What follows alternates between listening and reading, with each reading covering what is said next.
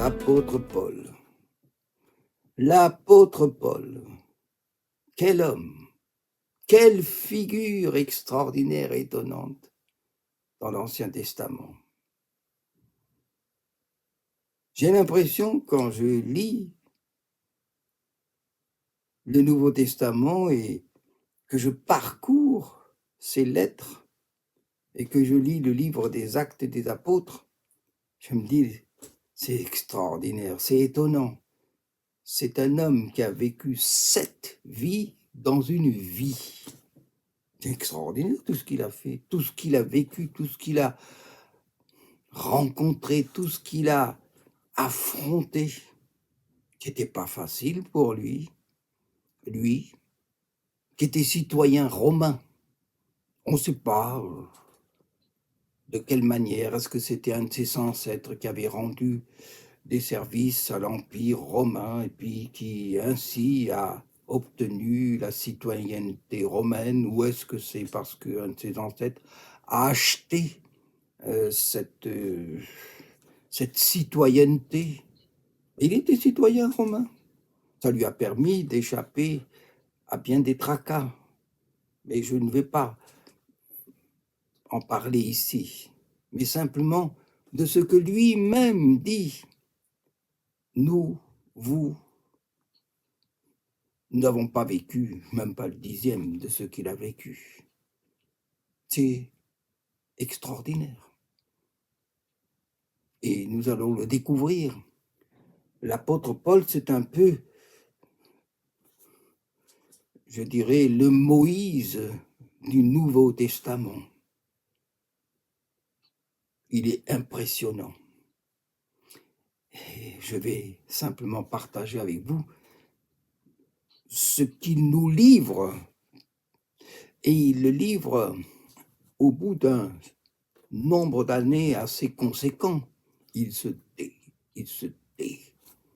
Il n'est pas bon de se vanter. J'aime pas les gens qui profitent de rendre leur témoignage pour se vanter. Il y a quelqu'un, il n'y a pas longtemps, m'a dit, mais t'aurais dû parler de ça, t'aurais dû parler de ça. Ben non, moi j'aime pas me vanter. Et pourquoi? S'il faut se vanter, il n'est pas bon de se vanter, dit l'apôtre Paul. Et je suis tout à fait de son avis. Quand on témoigne, et c'est pour ça qu'il ajoute, je dis la vérité. Je dis la vérité selon la vérité de Dieu. Ce que j'ai vécu, eh bien, Dieu peut l'attester. Il n'est pas bon, dans les témoignages, de se vanter. C'est comme si on se glorifiait. Mais l'apôtre Paul n'a pas cherché à se glorifier. D'ailleurs, Dieu lui a réservé une grâce tout à fait particulière, c'est une écharde, pour qu'il ne se vante pas, qu'il ne se glorifie pas. Et cette écharde, on va en parler, on peut en parler tout de suite. Elle lui faisait mal.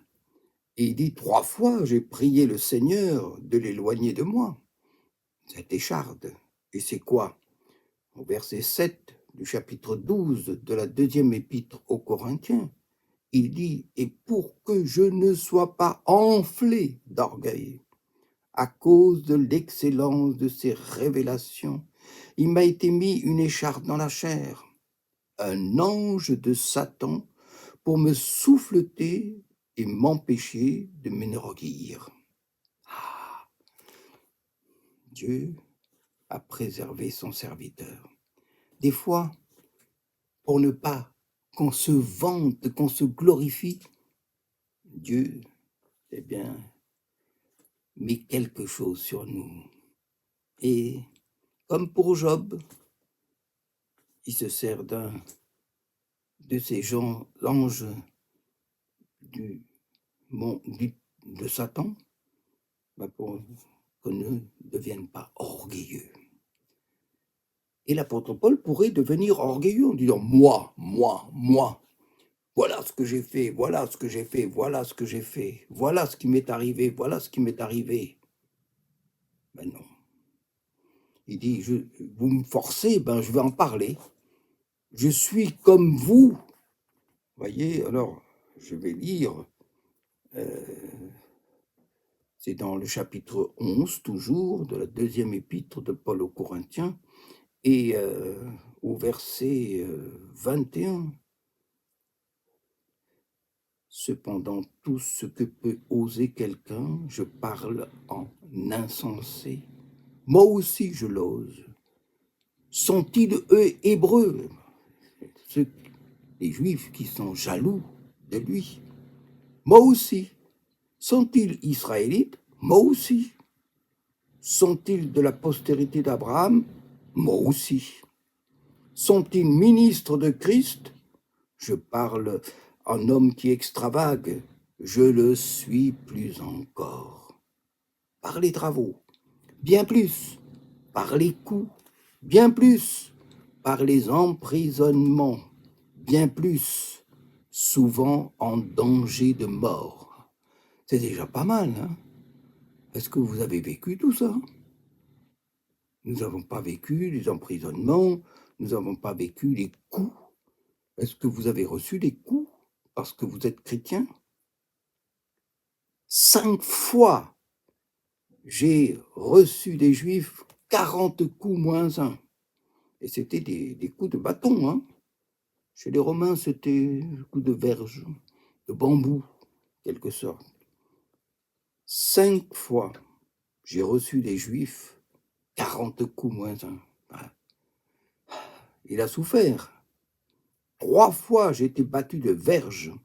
1 fois, j'ai été lapidé. 3 fois, j'ai fait naufrage. J'ai passé un jour et une nuit dans l'abîme, fréquemment en voyage. J'ai été en péril sur les fleuves, en péril de la part des brigands, en péril de la part de ceux de ma nation, en péril de la part des païens, en péril dans les villes, en péril dans les déserts, en péril dans la mer, sur la mer, en péril parmi les faux frères. J'ai été dans le travail et dans la peine, exposé à de nombreuses veilles, à la faim, à la soif, à des jeûnes multipliés, au froid et à la nudité. Est-ce que vous avez vécu tout ça? Et tout ça, c'est dans une seule vie. C'est pour ça que je dis, mais l'apôtre Paul, il a vécu 7 vies en une vie. Et il a supporté tout ça. Et il dit, oui, s'il faut se vanter, je ne me vante pas, mais je dis la vérité. Voilà, voilà tout ce que j'ai vécu depuis que je connais le Seigneur, depuis qu'il s'est manifesté à moi sur le chemin de Damas et qu'il a touché mes yeux qui sont couverts d'écailles. C'est peut-être pour cela que certains disent eh bien, qu'il avait une maladie des yeux. Mais ce n'est pas tout. Il parle encore, j'ai et suis assiégé chaque jour par les soucis que me donnent toutes les églises. Eh bien, tout ça pour un seul homme, Paul l'apôtre. Tout ça pour la gloire de Dieu. Il ne cherche pas à se glorifier lui-même, mais il glorifie le Seigneur. Toutes ces choses, il les a vécues, mais c'est pour la gloire de Dieu. Et il ne veut pas, et il ne peut d'ailleurs pas, s'en glorifier ni se vanter, parce que, comme je vous l'ai dit tout à l'heure, il y a ce passage où il dit « J'ai prié 3 fois le Seigneur d'éloigner cet ange de Satan qui me fait souffrir. » Et ce n'est pas tout. Il y a quelque chose qu'il rappelle, qu'il a attendu de dire. Il dit, au chapitre 12, toujours de la deuxième épître, À partir du verset 2, je lis « Je connais un homme ». Et là, il agit avec, je dirais, beaucoup de discrétion. Et surtout, pour ne pas se glorifier, il dit « Je connais ». Et il s'agit de lui.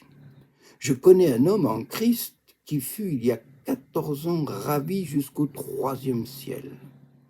Si ce fut dans son corps, je ne sais. Si ce fut hors de son corps, je ne sais. Dieu le sait. Et je sais que cet homme, c'est-à-dire lui-même, si ce fut dans son corps ou sans son corps, je ne sais, Dieu le sait, fut enlevé dans le paradis et qu'il entendit des paroles ineffables qu'il n'est pas permis à un homme d'exprimer. C'est une révélation extraordinaire. Il a été dans le paradis. Et il a été jusqu'au 3e ciel. Mais là, il n'est pas entré. Il a été jusqu'au 3e ciel. C'est quand même extraordinaire. Alors, cet homme pourrait se vanter, se glorifier, dire « Oh, oh, oh, oh, taisez-vous, la ferme !»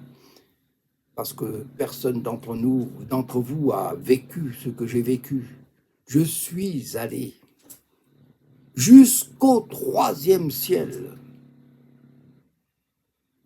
Et je suis allé dans le paradis. Ce sont deux endroits différents. 3e ciel, c'était la façon de parler de ce qui est, de ce lieu qui est le cœur de Dieu, le cœur de l'autorité, du pouvoir de Dieu lui-même, voilà. Il est allé dans le paradis et il a vu des choses dont il ne peut pas parler. Et il dit, et je le répète là, il n'est pas permis à un homme d'exprimer. Ben moi, j'ai lu des livres où des gens racontaient des voyages qu'ils avaient faits sur des animaux fantastiques. C'était dingue. C'est faux. C'est faux. Il n'est pas permis. Alors pourquoi raconte-t-il ce qui n'est pas permis? Tout ça pour se glorifier. Ben, c'est faux. L'apôtre Paul nous montre qu'il n'est pas permis de raconter certaines choses. C'est pour ça que, soyons clairs, il n'est pas bon de tout raconter. Même dans un témoignage, il n'est pas bon de tout raconter. Il y va de la gloire de Dieu. Apôtre Paul, quel homme extraordinaire. Que Dieu vous bénisse. Méditez l'apôtre Paul. Et surtout, n'oubliez pas, il a dit, c'est quand je suis faible, c'est là que je suis fort. Parce que quand je suis faible, c'est Dieu qui agit en moi. Et quand je suis fort, ben c'est moi. Et ça, c'est ma chair. Et là, vraiment, c'est regrettable. Que Dieu vous bénisse.